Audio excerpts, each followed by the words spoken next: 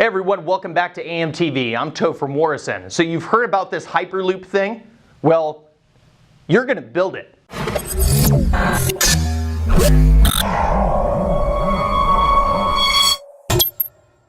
So, Elon Musk, a Silicon Valley Wunderkind, former PayPal mafioso with a proven track record of turning science fiction into reality, has brought an old idea back to life. The pneumatic railroad, or vacuum tube train, as we've covered previously here on AMTV, is an over 200-year-old sci-fi dream once tested in the 1870s in the New York City subway system, and that today promises to transport people from LA to San Francisco in a half hour and all at competitive prices. Evidently, Musk and 1,000 others from SpaceX and Tesla Motors were inspired by California's failure to deliver a sexy alternative. According to Musk, how could it be that the home of Silicon Valley and JPL, doing incredible things like indexing all the world's knowledge and putting rovers on Mars, would build a bullet train that is both one of the most expensive per mile and one of the slowest in the world? That is a great question.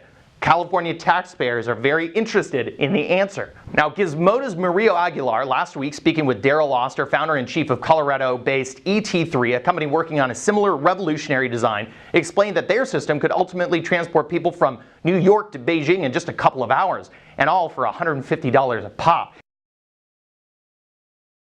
In addition, ET3 designs scale easily and could be used to cover distances as short as 5 miles.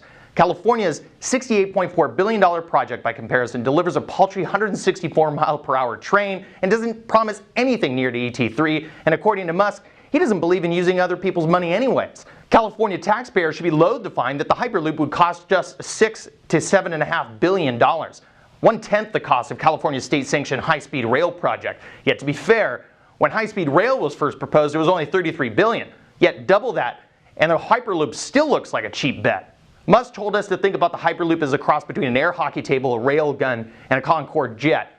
While the anticipated 760-mile-per-hour speeds along California's I-5 corridor will trounce even Japan's JR Maglev MLX prototype, recorded at over 300 miles per hour, a 1972 Rand Corporation study of very high-speed transit put the potential speed of vacuum tubes at over 14,000 ridiculous miles per hour. Musk's idea, though, utilizes a low-pressure system maintained at about 0.15 of a pound per square inch, or about 1/6 of pressure on Mars. His partially evacuated tube design will support standard commercial pumps that can easily overcome any potential air leak due to passenger stations along the way, and transport pods could handle variable air density, leaks that would cripple the hard vacuum envisaged by ET3 and the Rand Corporation. The pods, assuming an average departure time of 2 minutes between capsules and a minimum of 28 passengers per capsule, are required to meet 840 passengers per hour. Affixed to the front scoop of each pod is a motorized fan resembling a jet engine in order to periodically propel itself within the tube and overcome the Kantrowitz limit, which is to say, suck air past the module and prevent the capsule from becoming an oversized syringe blocking airflow. Not good, evidently, according to Musk. Now, launching the pod is accelerating inverter technology, which would showcase inexpensive semiconductor switches that would allow the central inverters to energize only when the section of track is occupied by a capsule itself, increasing energy efficiency. Now, weeks ago, Gizmodo's Mac Novak pointed out that the big hurdle of the Hyperloop might be tunnels, but ET3 and Musk aren't looking at digging underground. Yet to reach the ungodly speed suggested by Rand Corporation, and considering that lateral accelerations or sharp turns in any case would obviously vault people into a hypersonic hell ride rather than a smooth commute, underground is indeed the ideal place. After all, going 14,000 miles per hour would be impossible without mitigating dangerous curves, and going underground, save a sea route, would free designers also from having to tediously navigate all of developed civilization. But who needs to go that fast?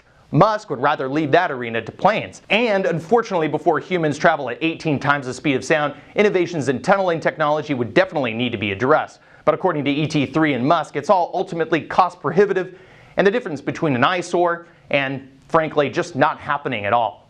But the real news here, aside from the hard details, which I also provide in the links below, provided by Musk and minions of SpaceX and Tesla Motors, is they're officially only going as far as the sketch. According to Musk last week on a Tesla investor call, he may have stuck his foot in his mouth on this one, revealing his dream too soon, because it turns out Musk won't be building it, you will. Fortunately for techies and all of sci-fi geekdom, Musk is just too busy building rocket ships with SpaceX and amazing electric cars for Tesla Motors. He needs you to do the heavy lifting. So his designs for a solar-powered Hyperloop system will be open source.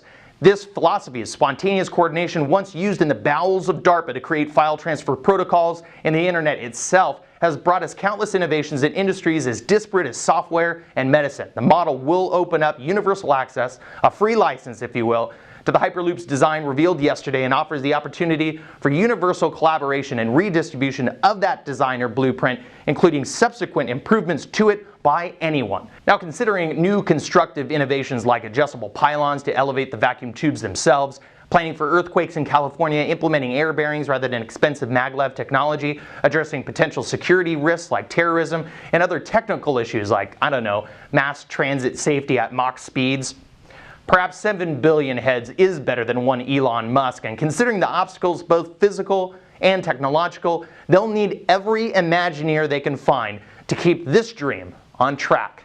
If you enjoyed this content, subscribe and share this video across all your social media. Got a tip or an interesting news clip? Shoot me an email at tophermorrison@amtvmedia.com.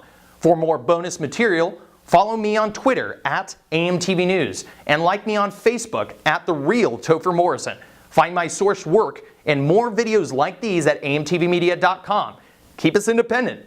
Please donate $5 per month to alternative media.